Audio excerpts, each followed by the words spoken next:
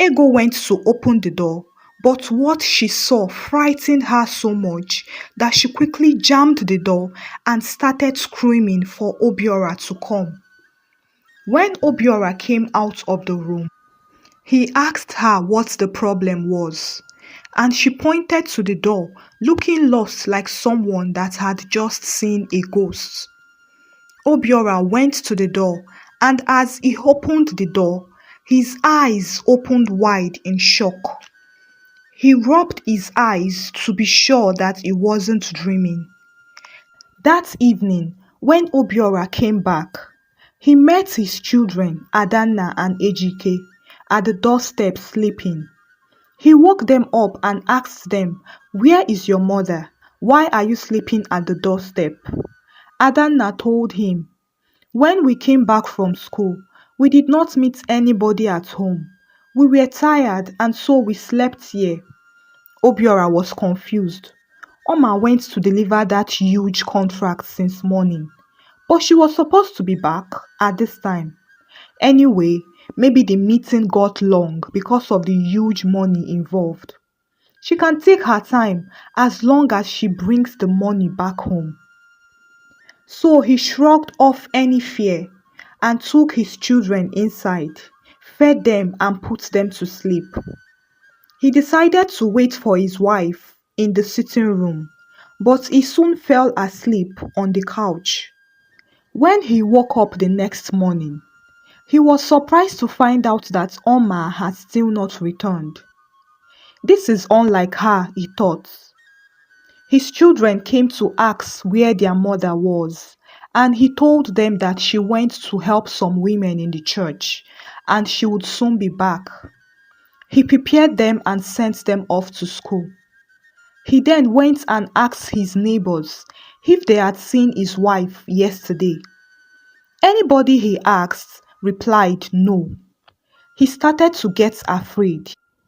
He couldn't even reach her on the phone, as her line has been switched off since yesterday. He was confused and didn't know what to do. And to make the matters worse, he couldn't remember the address Oma showed him, as it was a strange place and he wasn't even interested in knowing the place. He wished he had showed interest, but this was not the time for wishes. This was the time for action.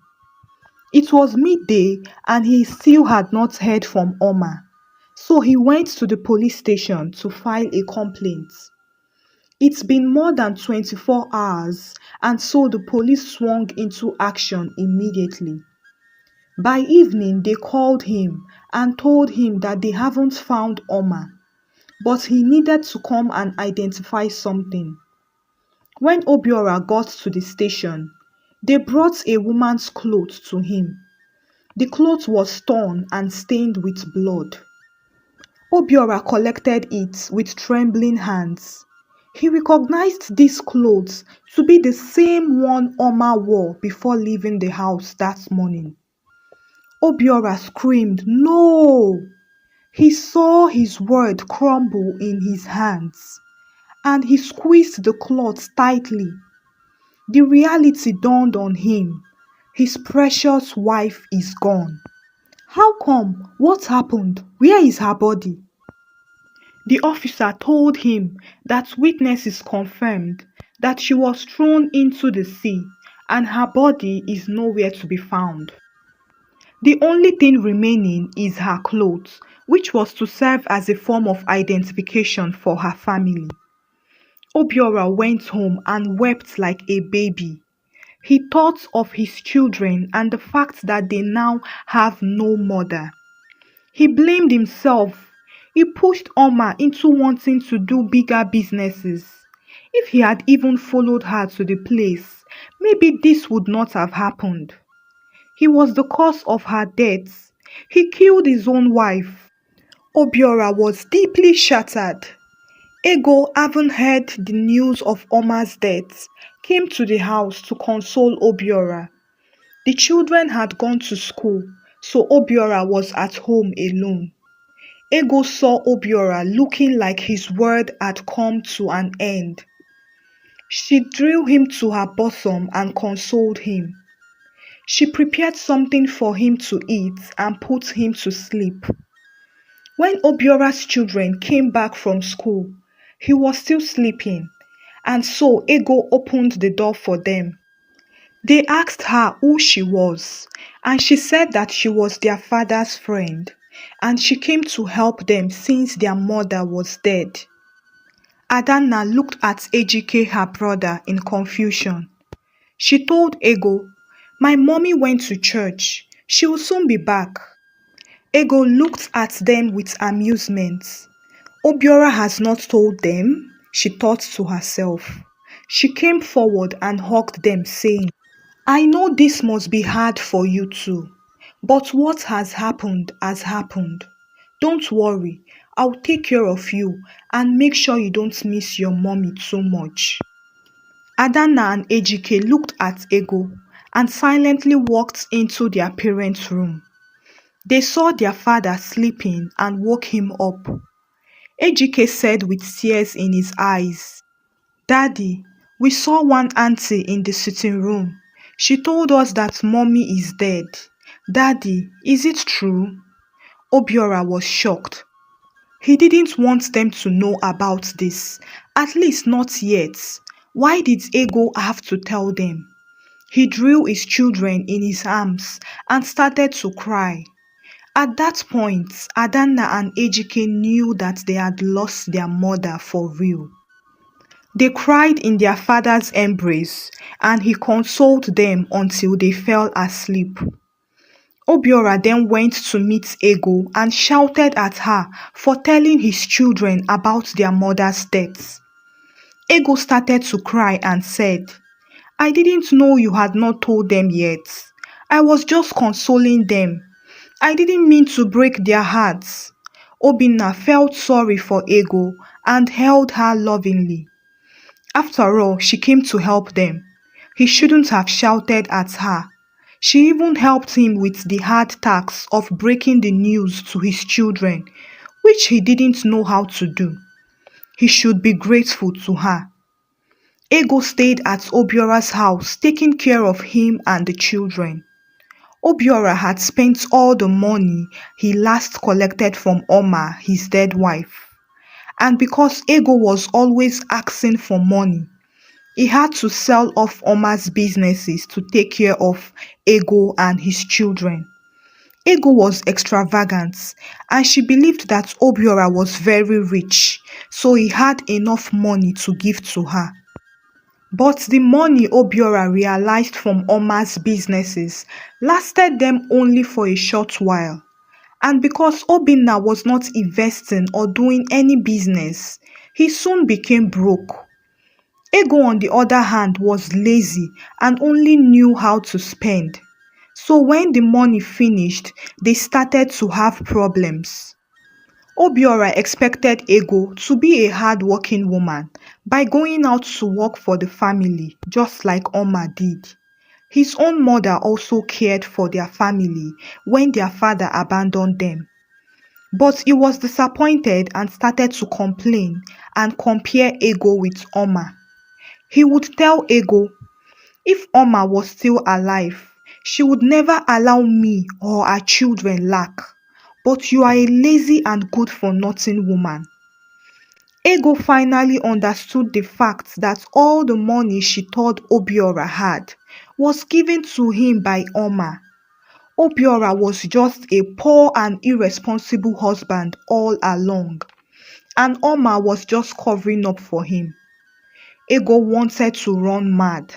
She was so stupid to think that Obiora was a good catch.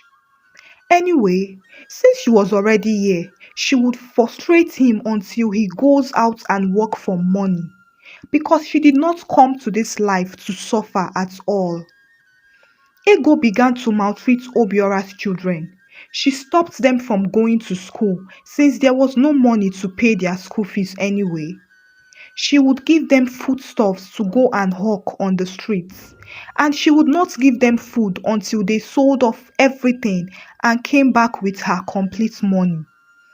Obiora, on the other hand, tried to do different menial jobs, but he could not as he was not used to them at all.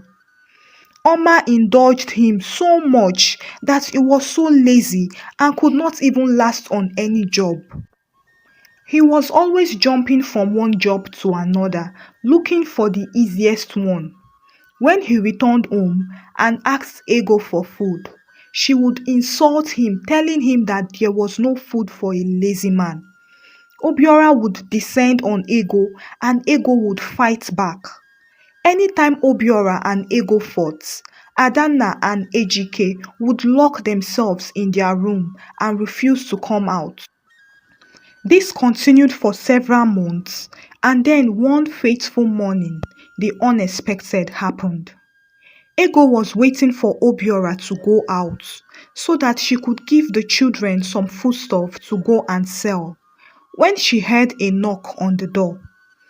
Ego went to open the door, but what she saw frightened her so much that she quickly jammed the door and started screaming for Obiora to come. When Obiora came out of the room, he asked her what the problem was, and she pointed to the door, looking lost like someone that had just seen a ghost. Obiora went to the door, and as he opened the door, his eyes opened wide in shock. He rubbed his eyes to be sure that he wasn't dreaming. There before him stood his wife, Oma, the same Oma that had been confirmed dead. How is this possible? Oma came into the house and asked after her children. When they saw her, they were shocked as well, but she calmed them down and convinced them that she was the one. She told them to go and meet the friend she came with and that she would come and see them after she had finished speaking with their father. All the while, Obinna and Ego were looking at Oma, confused, scared, and shocked. Oma turned to them and said, "You fit each other perfectly well." Obiora and Ego looked at themselves. Oma continued, "I'm sure you must be wondering how come I'm still alive." By this time, Ego's heart had started pounding heavily. She knew she was in trouble. Oma spoke on. "Obiora, I have been nothing but a good and supportive wife to you. Even in your irresponsibility, I covered up for you. When people were telling me to leave you, I ignored them because I was praying that one day you will change. When you finally changed, or rather, pretended to change, I was happy and willing to support your fresh start. Little did I know that you were deceiving me so that you can extort from me to lavish on your girlfriend. Ah, Obiora, I guess your greedy girlfriend wanted more. And because she thought you were the one working for all the money you spent on her, she decided to kill me so that she can take my position." Oma then faced Ego. She asked her, "Are you satisfied now? I hope you enjoyed your rich husband, you greedy gold digger. You thought you could kill me. You planned with an assassin to pretend to be a customer so that he could kill me. What you did not know was that one of my very rich customers I have been good to found out about the assassination plots. The man you sent to kill me works for my rich customer, and so my customer paid him off and told him to go away very far. My customer told me to play along and pretend to be dead because my life was at risk and you might want to kill me again. I agreed and planted the cloth stained with blood and told the police the story of my death to confirm my death." At this point, Ego knelt down and started to cry with her hands on her head. Oma faced Obiora once more. "I watched for these months if you would have any conscience as to right your wrongs. But no, instead you went and sold off all my businesses. You and your greedy girlfriend lavished my money, and you had to subject my children to hawking on the streets. You opened the door for the devil's agent to come into our house and destroy everything. Obinna, you are worse than the devil, and you too must pay for everything you did to me. Obinna looked at Ego with tears in his eyes. He had no idea that Ego made his children to start hawking on the streets.